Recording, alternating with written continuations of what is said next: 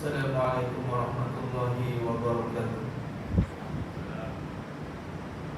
Bismillahirrahmanirrahim. Innal hamdalillah nahmaduhu wa nasta'inuhu wa nastaghfiruh wa na'udzu billahi min shururi anfusina wa min sayyiati a'malina. May yahdihillahu fala mudilla lahu wa may yudlil fala hadiya lahu. أشهد أن لا إله إلا الله وحده لا شريك له وأشهد أن محمدا عبده ورسوله. اللهم صل على محمد وعلى آل محمد.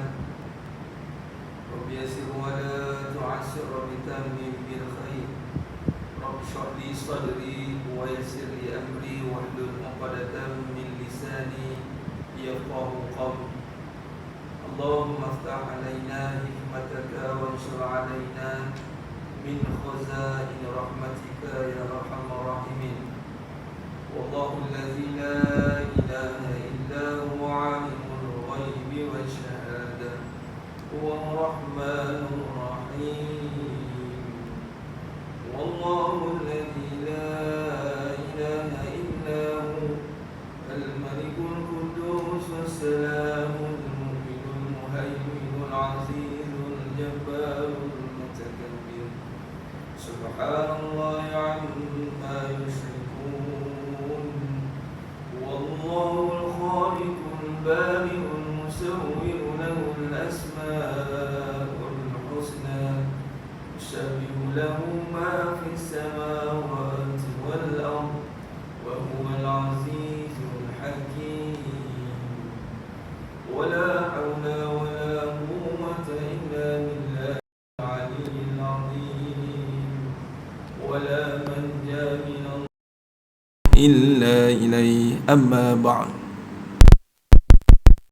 اتقوا الله أوصيكم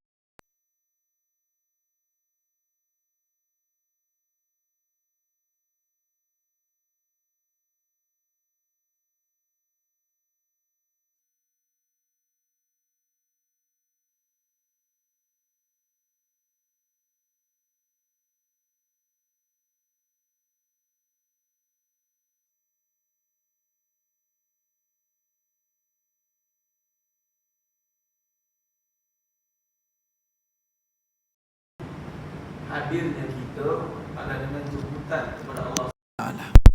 Kadang-kadang kita terlepas pandang dari sudut perkara yang mana kita sangkakan ianya seperti biasa.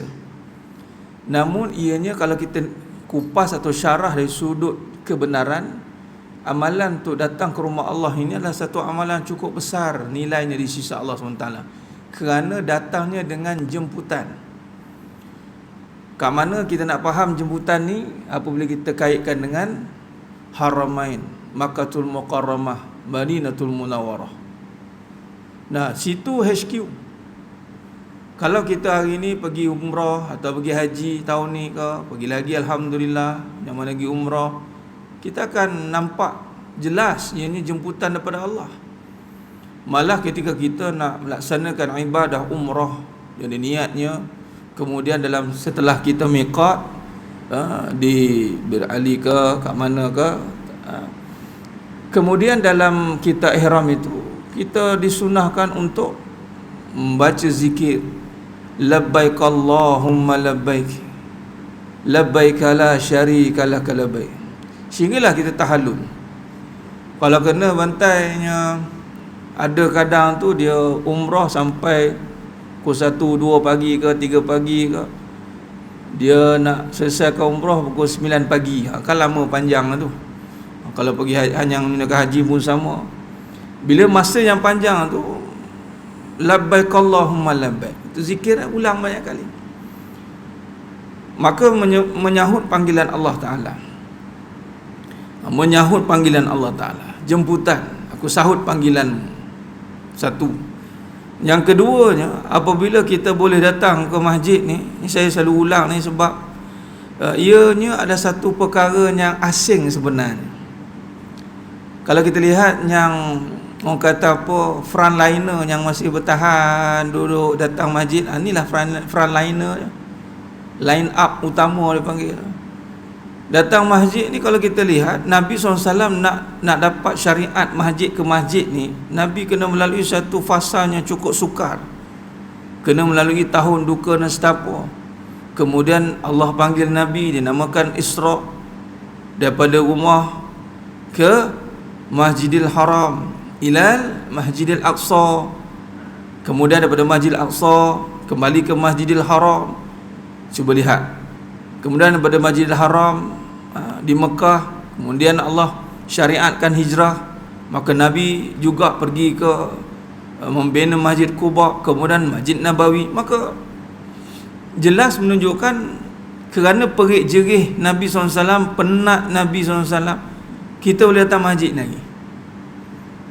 Sebab tu saya persiapan datang masjid ni, tak tahulah saya anggap satu persiapan yang penting, persiapan yang cukup penting. Sebab kita nak membesarkan, mentakzimkan amalan yang ini.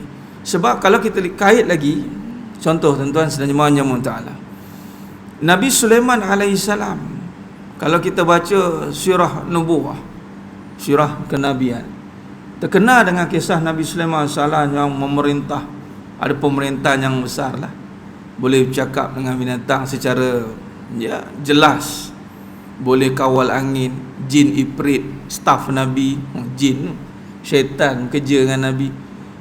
Macam mana Nabi Sulaiman boleh dapat? Ada soalan dia. Macam mana Nabi Sulaiman AS boleh dapat kehebatan itu? Kerana ditawarkan oleh Allah SWT setelah Nabi Sulaiman alaihissalam menyiapkan Masjidil Aqsa.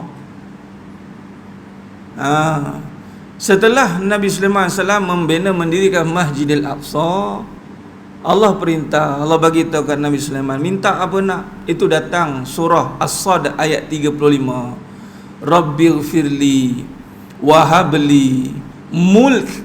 Nampak? Ya Allah, Rabbighfirli, ampunkan aku, wahabli, kurniakan aku, mulkan la yang bagi li ahadim min ba'di, kerajaan yang tiada tolok bandingnya. Tuan-tuan, datang masjid ni kerja orang nak menakluki dunia sebenarnya. Bukan dah tak ada apa dengan dunia baru cari masjid. Tak maaf cakap. Orang yang berjaya pandang masjid sebagai satu tempat yang besar, maka Allah akan beri dia kekuatan yang luar biasa, yang pasti-pastinya dia akan dimasukkan ke jalan ke syurga. Dan antara tempat yang generate income $1 triliun lebih, saya rasa, masjid juga. Kat mana? Tu Makkahul Mukarramah, Madinatul Munawwarah. Sebab apa tanah dinamakan tanah haramain? Haram itu antara hikmahnya lah, banyaklah perbahasan dia. Tuan-tuan tahu, Allah haramkan orang bukan Islam masuk dalam tu sebab situ lubuk duit. Hotel perhotelan tu, sekali masuk, bukan macam kat sini. Kat tempat lain mana ada rombongan sekali datang catat satu hotel. Mekah dia buat macam tu, Madinah dia buat macam tu. Kerana ada masjid, ada bisnes. Pemakanan F&B hidup, baju hidup, logistik kulineri semua hidup, logistik kapal terbang semua jalan, tuan. Takluk dunia tu sebenarnya. Jadi kat situ, kalau orang kata kita ni business minded, tapi kalau masih tak nampak Mekah dan Madinah itu adalah satu business model yang cukup hebat, maka kita belum business minded. Business canvas yang betul itu Mekah lah, non-stop. Sebab tu Allah haramkan. Bayangkan kalau orang non-Muslim masuk situ, owner hotel tu siapa? Ini kita orang Islam lah. Allah nak bagi duit ke orang kita. Dunia ni Allah nak bagi kat kita je sebenarnya. Sebab itu bila kata tutup sekejap umrah, tak boleh masuk, dia menjadi punca pendapatan kan. Habis, close. Waktu saya datang, saya baru balik baru ni. Baru je 5 hari baru lepas kuarantin. Ni insya-Allah Ramadan, tengah Ramadan pergi balik. 10 Ramadan saya kat sana sampai 21. Allah jemput. Ni hazam min fali rabbi. Bawa jemaah yang kedua ni insya-Allah 40 orang pergi. Dah 90% lah, boleh kira hampir 99% lah, normal lah kat sana. Sah rapat lah sana. Budak-budak boleh masuk, tinggal kita pakai mask. Sebelum saya sempat datang tu masih pakai apps. Kalau kita My Sejahtera, sana Tawakalna, Itmakna. Ada dua software tu untuk booking umrah dengan Raudah. Dahsyat. Dulu masuk Raudah ikut kita, dah askar jaga sekarang ni. Tengok nama dia, tak ada keluar. Kalau gitu askar entah mana ngelat. Tak ada sekarang. Tapi sekarang rasa wallahualam, rasa dah okey dah. Tadi kawan saya kata dah okey. Nak bagi tahunya, kat sana terang-terang lah menunjukkan dengan agama bagi bisnes. Arti kata lain, Allah bagi duit. Menguruskan agama, maka kita menguasai dunia. Saya tengok, mana ada seramai-ramai umat kat situ? Tak ada.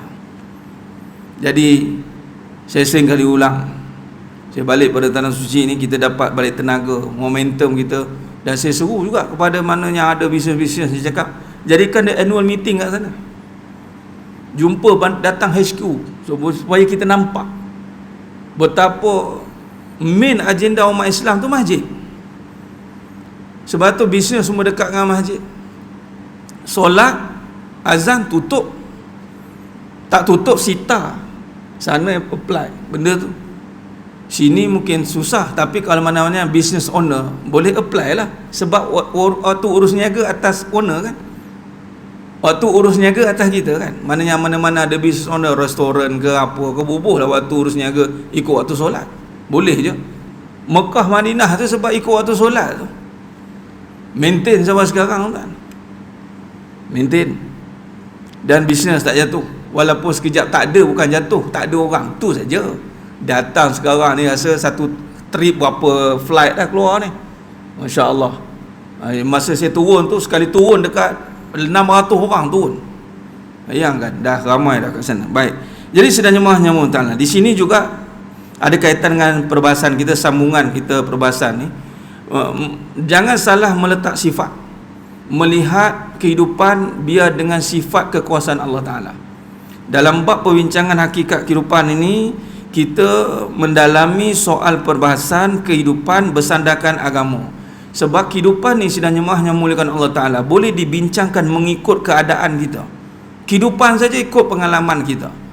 Tapi kalau bincang agama, ya, tidak boleh sebarang-sebarang. Tapi bila kata kita biarkan hidup kita dibincang mengikut keadaan, tu yang adanya perbezaan, adanya pahaman sekular. Apa tu sekular? Beza kan. Ni kerja agama, duduk dalam masjid ni agama lah. Selagi keluar tu dah tak jadi agama dah. Keluar selagi boleh pilih nak agama ke, dia macam boleh pilih mood pula. Dia tak boleh begitu. Sebenarnya di sini dah tentu dah khusus agama dah. Kat luar apply balik apa yang ada kat dalam ni. Apa yang ada kat masjid bawa keluar. Fa iza qudiyatis salatu fantashiru fil ard. Nama dalil. Datang solat, kemudian keluar bertebaran kat luar. Ambil faham dalam masjid, bina kefahaman yang sebenar tentang kehidupan di masjid, pergi keluar. Okey. Kita pun nampak apanya nak faham tentang masjid, tentang hakikat kehidupan. Pertama, masjid namanya tempat sujud. Hidup kita ni sebenarnya hendak satu je, sujud. Sujud pada siapa? Allah Rabbul Jalil. Di manakah kegagalan iblis? Sebab dia tak sujud. Wa yazkulna lil malaikati isjudu li adama fasajadu illa iblisa aba wastakbar. Tak mana iblis gagal? Sebab tak sujud. Khair. Sujud dalam konteks yang mana? Sujud pada kehidupan yang Allah telah tentukan. Nah, di sini. Dalam bab syariat mungkin kita semua sujud ikut imam. Allahu Akbar. Allahu Akbar. Sujud. Semua tak ada bantahan. Ada yang membantah? Tak ada. Walaupun muka selaras dengan tapak kaki, punggung tinggi lagi. Ada siapa marah? Tak ada siapa apa marah. Tak ada lagi awak dia tak sujud cegak kat situ. Saya sebenarnya pelik kenapa kena sujud. Tak ada. Setakat hari ni insya-Allah dia tahu tak solat ke, buat-buat tahu solat ke, time sujud dia sujud. Dia kalau solat hari Jumaat, sunnahnya baca surah sajadah. Dia bukan sujud hari Jumaat tu sajadah. Ada orang kaitkan sujud Jumaat sajadah. Tak. Hari Jumaat, subuh baca surah sajadah, dalamnya ada sujud sajadah. Kalau kat Mekah tuan, nanti ada jenis yang teragak-agak nak sujud tu. Ada yang rukuk. Imam Allahu Akbar tu sujud. Ada agaknya gamak dia pertama kali gamak dia. Teragak-agak ada nak sujud. Tu tak apa, dia tak tahu. Tengok sempat tu setengah tu ada jeling ke kanan sujud. Nah, membawa maksud syariat sujud tak ada yang bangkang. Tapi iblis bangkang kat mana? Bangkang pada takdir hidup, iman. Ketika Allah takdirkan iblis untuk hormat, sujud yang dimaksud di sini hormat. Hormat pada Nabi Adam alaihissalam, taat pada perintah Allah. Itu sujud dah tu. Bermakna kata apa? Ada nanti kegagalan kita, gagal menterjemahkan faham kita pada ibadah yang utama di masjid ini untuk dibawa keluar, Tuan-tuan sidang jemaah yang muliakan Ta'ala, keluar masjid kita minta doa untuk as'aluka min fadlik, minta fadilah, minta keberkatan. Itu yang datang. Kalau tak datang, tuan-tuan, kalau setara yang datang pun bersilat juga nak terjemahkan kat luar sana, nak sujud juga dengan suruhan Allah di luar sana. Apa suruhan Allah Ta'ala di luar sana? Kalau di masjid kita mengesakan Allah betul, ya. Kalau di Mekah tu, kalau kita nampak di masjid, tak nampak masjid, tak nampak lain lah, semua mengesakan Allah Ta'ala.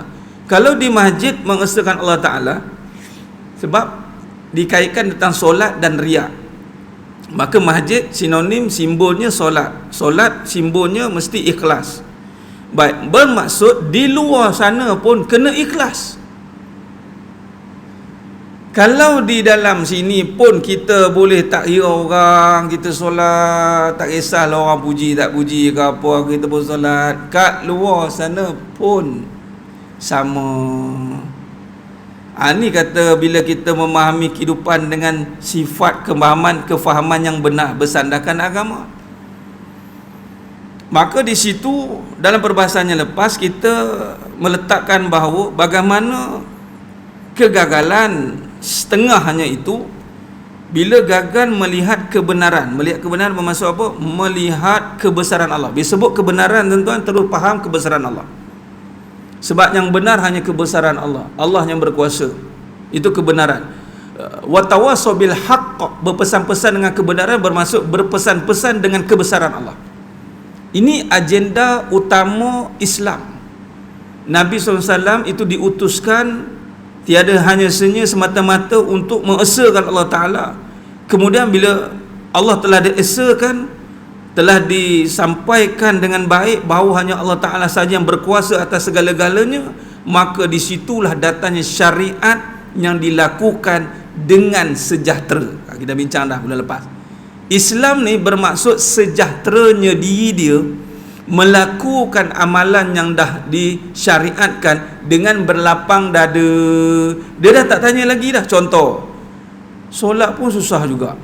Tahulah macam mana ustaz, saya tak faham lah Allah ni apa nak buat kat saya. Nah, dia tak faham tu. Dia boleh lagi berfikir-fikir, saya ni tak tahu nak Islam sangat kot ustaz. Dia Islam sangat. Ada mula kata dah tak suk sangat dengan agama. Tak wujud statement tak suk agama. Tak wujud sebenarnya. Yang diri tak suk ada, tapi tak suk agama tak ada. Sebab agama tak ajar erti tak suk. Mana ada agama ajar tak suk? Tapi sebab dia tak faham, dia ingat tak suk. Contoh, solat awal waktu. Tak suk no awal waktu. Dia kata, sebenarnya memanglah kerja kita ni solat je. Nabi turun naik minta diskaun, tinggal 5. Tinggal 5, kod bolehlah jaga, tinggal 2. Kita pula diskaun sendiri. Bukan kita lah, orang lain. Dia rasa sibuk, no rasanya. Tak tahu apa yang disibuk kan. Kadang-kadang menyibuk je banyak, bukan sibuk. Dia menyibuk-nyibukkan diri dia asal benda yang tak ada. Baik, maka di sini kita meletakkan kembali, bila bab kehidupan kita bawa balik perbincangan mengikut kepada sifat yang benar. Yang benar pada kehidupan itu hanya sifat kekuasaan Allah. Ini kena ulang banyak kali, tuan-tuan. Yang benar hanya sifat kekuasaan Allah. Contoh, bulan lepas kita dah bincang. Dalam kehidupan kita bincang sifat kaya. Sifat kaya, sifat rezeki, sifat sayang, sifat kuat. Itu semua sifat. Nah, bila kita dengar perbahasan sifat atau nama-nama itu ada dalam kehidupan, maka kita kena bawa kefahaman agama untuk kita jaga balik pandangan itu. Contoh kaya, apa yang agama faham tentang kaya? Yang difahamkan oleh Nabi SAW, kaya itu adalah nama Allah. Laisal ghina an kasratil arad walakinnal ghina an nafs. Tidaklah kaya itu dengan banyaknya harta, akan tetapi kaya itu dengan jiwa. Jiwa yang bagaimana boleh rasa dengan kaya? Dengan Allah. Mengenal kita akan nama dan sifatnya, Maka kita sujud dengan yang maha kaya. Maka Allah bagi kaya harta yang bagaimana? Yang banyak infak, yang banyak sedekah, yang banyak wakaf. Setelah urusan dunia dia selesai, dia uruskan pula hal-hal yang agama suruh pada hartanya. Begitu perbahasannya. Faham pula kita tentang rezeki. Baik, kita pun tengok apa yang benar pada rezeki. Ni cara kita bincang kehidupan macam tu. Kalau kita pecah dua tentang begini, saya nak bawa satu tamsilan begini. Ada orang dia bila pecah perbincangan kehidupan dan agama ni, bab agama dia faham rezeki tu dengan apa? Dengan amalan. Maka adalah amalan-amalan yang untuk melariskan rezeki. Hati-hati. Bukan kata beramal tu untuk Allah, tidak. Dia nak melarikan rezeki. Ingat rezeki tu kita pun faham, dia ni faham kot. Rupanya bukan rezeki yang dia faham tu. Rupanya nak melarikan duit. Pelari. Tapi syariah compliant begitu. Macam mana pula pelari syariah compliant? Dengan duha, Ustaz. Dengan duha. Bunyi dah Islam dah. Bunyi dah syariah compliant. Tapi dia bubuhnya amalan tu, bubuh kat dunia. Dia duk faham rezeki dengan dunia. Allahu Akbar. Patut kita kena faham rezeki dengan agama. Apa makna rezeki? Kurniaan, razak, warzukni. Allah dah kata tadi dah. فَإِذَا قُضِيَتِ الصَّلَاةُ فَانْتَشِرُوا فِي الْأَرْضِ وَابْتَغُوا مِنْ فَضْلِ اللَّهِ وَاذْكُرُوا اللَّهَ كَثِيرًا. Solat, sujud, dapat rezeki tidak? Dapat. Rupanya rezeki dapat dengan taat. Rezeki dapat dengan melakukan suruhannya, meninggalkan larangannya. Dah habis kerja kita pada Allah, pergi ambil urusan dunia kita. Wabtagu, ambil min fadlillah. Apa yang Allah kurniakan kat luar sana, ambil. Ambil bagaimana? Ambil dengan syariat yang telah digaris pandukan. Ambil yang halal-halal. Bukannya rezeki dia terus fikir harta dah. Rezeki saja patut dia fikir Allah dulu. Dia kena sujud kepada Allah dulu. Dan memang rezeki sifat Allah, bukan sifat harta. Sifat harta, contoh rezeki. Rezeki sifatnya apa? Sifatnya tak habis, ghairi hisab. Harta habis. Dalam rezeki ada harta, dalam harta tak ada rezeki. Belum tentu ada rezeki. Apa maksud belum ada rezeki? Sebab harta benda. Benda tu orang kata, orang sebut tak ada rezeki, tak ada rezeki tu, sebenarnya istilah tu kalau kita tak faham, kita akan menafikan rezeki. Oh, tak ada rezeki aku ini hari. Oh, salah. Sebutan itu sebutan yang gharar, tidak jelas. Kalau tak ada harta, ala kulli hal kita faham. Kalau tak ada rezeki, tang mananya hang kata tak ada rezeki? Tak ada duit. Itu tak ada duit, bukan tak ada rezeki. Kenapa rezeki itu ada? Sebab rezeki, bila sebut dia begini, dia contoh begini. Kita bagi contoh. Apa orang kita selalu buat teka-teki, ayam dulu ke telur dulu dia? Telur dulu. Ayam dulu ke telur? Ayam dulu. Jenuh nak jawab. Nampak macam betul dua kan? Cara jawab dia mudah. Mana yang disebut dulu? Kalau dia sebut ayam dulu ke telur dulu, ayam dulu dia. Kalau telur dulu ke ayam dulu, telur dulu dia. Trik dia kat situ jawabnya. Ni arwah kata, almarhum Tuan Guru Datuk Abu Hassan Din Al-Hafiz. Tapi saya nak bagi tahu gini. Kalau kita sebut rezeki, kita sebut rezeki dulu, maka jawabnya mesti dengan Allah. Tapi kalau harta, itu boleh dijawab dengan benda. Harta benda. Kalau rezeki, dia tak boleh jawab dengan benda. Sebab rezeki tidak disabitkan dengan benda. Walaupun kita berusaha untuk mendapatkan rezeki, tetapi ala kulli hal, rezeki datang bukan dengan usaha kita semata-mata. Tapi rezeki datang dengan apa? Dengan kurniaan Allah atas usaha kita. Nampak dia punya halus je kat situ. Bermaksud apa? Belum tentu usaha menjamin rezeki. Dah tu, kalau usaha tak jamin rezeki, yang dipulun usaha sampai tinggal solat tu dah kenapa? Nyanduk uluk-pulun, jaga customer, jaga klien, jaga tu, jaga kat luar sampai dia tak jaga rezeki tu dah kenapa? Bermakna dia beriktikad bahawa usaha dia yang menjaga rezeki, sedangkan yang menjaga rezeki Allah. Kalau dia faham yang menjaga rezeki itu Allah, dia berusaha sekadarnya ataupun dia berusaha bersungguh-sungguh tanpa dia meninggalkan suruhan Allah yang utama. Itu cara dia. Maka artinya dia nampaklah rezeki itu apa? Dia nampak rezeki itu dengan kuasa Allah. Rezeki itu datang dengan ketaatan. Ada satu tempat kita apply solat dulu. Solat setiap waktu. Ada satu tempat kita apply. 10 minit sebelum solat kita berhenti restoran. Lepas tu naik atas solat. Lepas solat turun balik. Nampak macam susah? Ya, memang susah. Sebab kita bukan cari duit, kita cari rezeki. Kalau cari duit tuan, tak payah solat apa. Tapi kalau cari rezeki, solat nombor satu. Malah kena jadi yang utama. Malah kita nampak dengan solat lah dapat rezeki. Di dalam rezeki ada apa?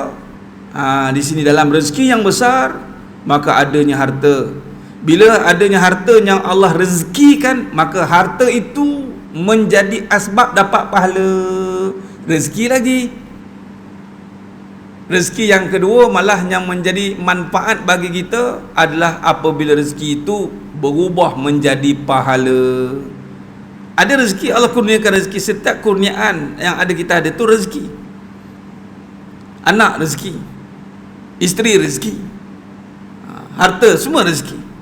Cuma nak memastikan adakah itu benar-benar rezeki. Apabila harta tadi berubah jadi pahala, betul lah jadi rezeki dia. Kalau harta tadi tidak menyebabkan dia mendapat pahala, itu bukan dipanggil rezeki. Contoh, logik mudah begini. Saya pun pernah buat contoh ni sebelum-sebelum ni, tapi nak senang faham begitulah. Apa contoh dia? Kita pun jawab. Ada orang jumpa kita nak buat kenduri, doa selamat lepas ni tak adalah kenduri pun, nak buat makan. Dengan duit apa? Alhamdulillah ustaz, dengan duit loteri, rezeki Allah bagi tu. Azan. InsyaAllah. Okay, Pak.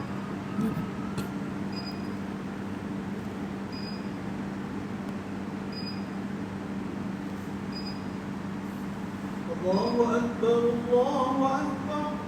Allah. Allahu Akbar,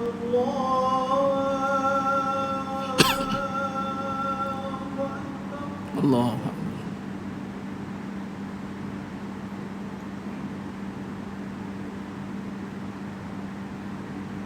Asyhadu an la ilaha illallah.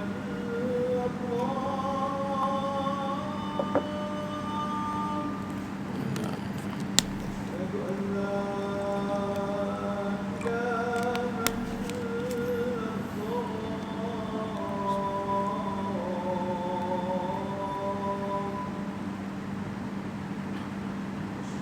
Alhamdulillah.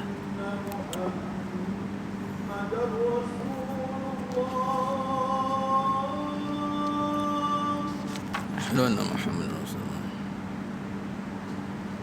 Asyhadu anna Muhammadar Rasulullah.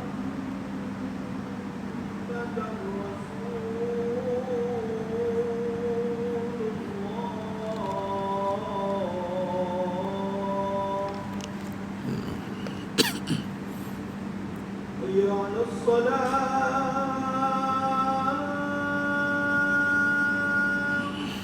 La haula wala quwwata. Hayya 'alas salat.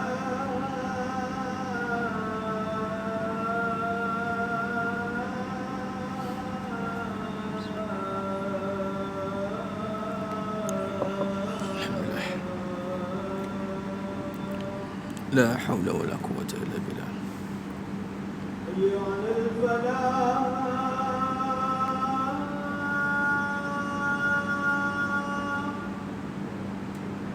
حي Ya. على الفلاح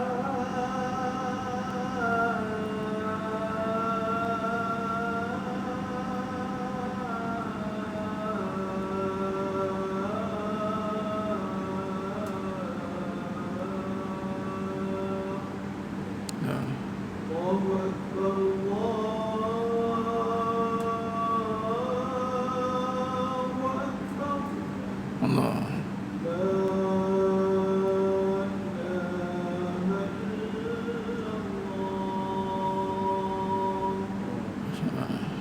Allahumma rabba hazihi da'wati tamah wassalati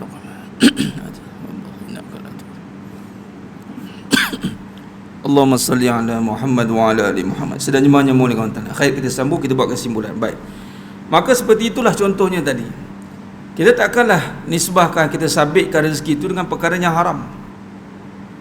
Dan bila kata duit tadi, harta tadi, kalau katalah kita nak duit saja, harta saja, maka sudah pastilah tak ada perbincangan tentang rezeki. Sebab rezeki perbincangan tentang halal dan haram. Maka sebagaimana perkara itu halal dan juga berpahala, maka itu dinamakan rezeki. Sebab tu tak semena mudah katakan rezeki pada semua benda.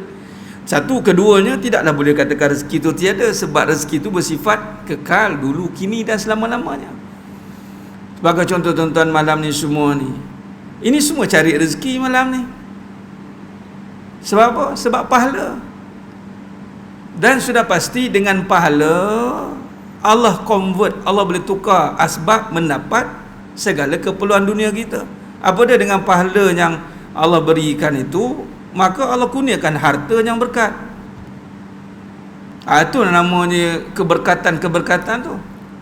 Sebab pahala lah kita boleh dapat hal-hal yang perkara yang diperlukan oleh dunia yang membawa kepada kebaikan dan manfaat, malah bukan di dunia semata-mata, akhirat juga. Itu kita kena faham. Maka sedang jemaah yang memuliakan Allah Subhanahu taala, maka kesimpulannya semakin kita memahami akan hakikat yang ada dalam kehidupan ini, yakni apa yang ada, sebenarnya ada hanya satu saja, kekuasaan Allah. Kita kena ada ulang berkali-kali. Yang ada hanyalah kekuasaan Allah Subhanahu taala. Macam mana nak faham kekuasaan Allah tadi berkenaan tentang sifat-sifat tadi, tentang rezeki. Sebab tu rezeki ni sifat yang tak disangka-sangka. Di situ saja kita dah faham rezeki itu bukan benda. Bila tak disangka-sangka, dia bukan benda, malah menjangkaui benda. Lebih daripada itu sebenarnya Allah nak buat. Dan dia kaitkan tentang apa? Tentang kuasa. Rezeki ini mempunyai kuasa kerana melibatkan sifat kekuasaan Allah. Kekuasaannya Razzaq. Allah boleh kurniakan rezeki yang tanpa diduga-duga. Dan sudah pasti terjemahan itu mengikut kepada keperluan manusia lah. Allah yang maha mengetahui keperluan kita. Baik, maka keimanan yang sedia ada, yang kita dah sedia ada iman ni, maka semakin bertambah dan juga pada hati kita dirasakan menjadi tenang. Ini yang penting. Bila kita mula faham hidup ini adalah untuk belajar, adalah untuk melihat, menghayati, merasai akan setiap kejadian dengan kekuasaan Allah Ta'ala. Kalau kita faham kat situ, maka Allah akan kurniakan, Allah akan rezekikan kita ketenangan. Tenang pun rezeki, sebab ada pahala, tenang. Kita dapat duit, ada orang seronok dapat duit. Sebenarnya bukan seronok dapat duit, seronok kurniaan Allah tu bagi kita duit, kita boleh buat pahala. Itu panjang cerita dia. Ada orang seronok je dapat duit, tak habis kat situ. Kalau dia seronok saya dapat duit, nanti dia kecewa bila habis duit.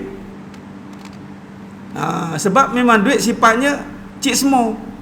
Kejap ada, kejap tak ada. Malah sifat duit memang sifatnya pertukaran. Pertukaran apa? Apa saja nilainya, perkhidmatannya, memang dapat duit habis. Sebab apa? Memang untuk digunakan. Tapi ada orang yang dapat duit, kemudian walaupun dia habis digunakan, tetapi dia rasa lega, puas. Sebab apa? Sebab dia nampak transaksi pahala tu Allah bagi kat dia. Tenang, dia nampak kuasa Allah.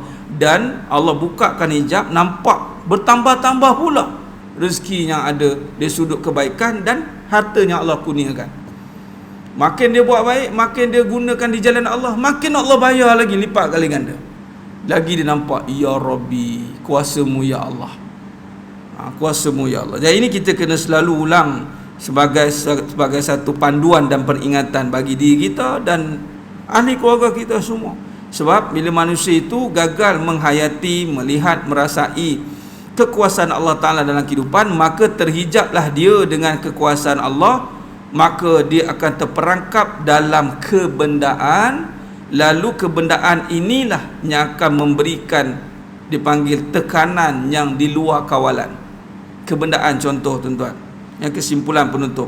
Ada orang dia tahu duit dia, maka dia faham duit, dia tak nampak lain dah. Dia kalau nampak nombor dua lah, dia tak faham macam mana dapat dua, maka dia akan tertekan dengan dua saja. Dia dah stres, dah tak boleh nak buat apa. Tapi kalau orang yang faham di sebalik duit, ada cerita tentang rezeki lain. Pendekatan orang yang faham tentang rezeki berbeza dengan orang yang ada faham tentang duit dan usaha saja. Maka dia akan tertekan dengan situasi itu. Selagi bulan dia akan buatkan kehancuran demi kehancuran. Yang ini bahaya boleh berlaku dalam masyarakat dan kehidupan kita. Sebab tu kita kena bawa perbahasan ni pada perbahasan yang bersandarkan kebenaran. InsyaAllah saya kira cukup setakat tu dulu pada malam yang penuh barakah ni. Kita akan sambung lagi masih dalam perbahasan meletakkan sifat pada tempatnya, membahaskan kehidupan bersandarkan kebenaran, insyaAllah. Moga-moga yang hadir semuanya insyaAllah dan yang menonton, Allah pilih kita semuanya untuk dimasukkan dalam syurganya tanpa hisab. Amin ya rabbal alamin. Mohon maaf daripada saya atas kekurangan, terkata-kata, tukuran bicara. Hanya Allah Ta'ala sajalah yang mampu menyempurnakan perbahasan kita pada malam yang penuh barakah ini, sehingga kita bertemu lagi pada siri akan datang, insyaAllah. Aku luqali hadza wa astaghfirullahalazim li wa lakum wa bila taufiq wal hidayah. Assalamualaikum warahmatullahi wabarakatuh. Tangguh dengan tasbih kafarah dan suratul As. Subhanakallahumma wa bihamdik, asyhadu an la ilaha illa anta, astaghfiruka wa atubu ilaik. Bismillahirrahmanirrahim. Wal 'asr innal insana fi khusr illa alladhina